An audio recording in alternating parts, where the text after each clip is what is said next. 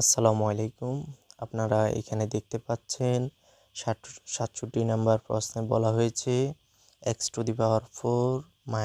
2x + 1 এটাকে x-3 দ্বারা ভাগ করলে ভাগশেষ কত হবে।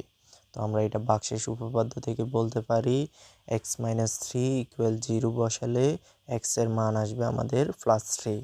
এই +3 মানটা আমরা যদি এখানে এই ইকুয়েশনটাতে প্রথম ইকুয়েশনটাতে বসাই তাহলে আমরা ভাগশেষ কত হবে সেটা জানতে পারবো।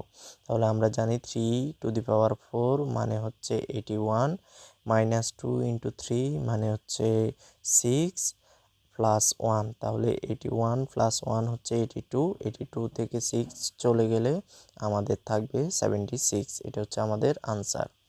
তো এক্ষেত্রে করার নিয়ম হচ্ছে এক্স এর পাশে মাইনাস আকারে যে মানটা থাকবে ওই মানটা আমরা কি করব, ইকুয়েশনে বসিয়ে দিব, যাতে করে আমরা ভাগশেষ পেয়ে যাব।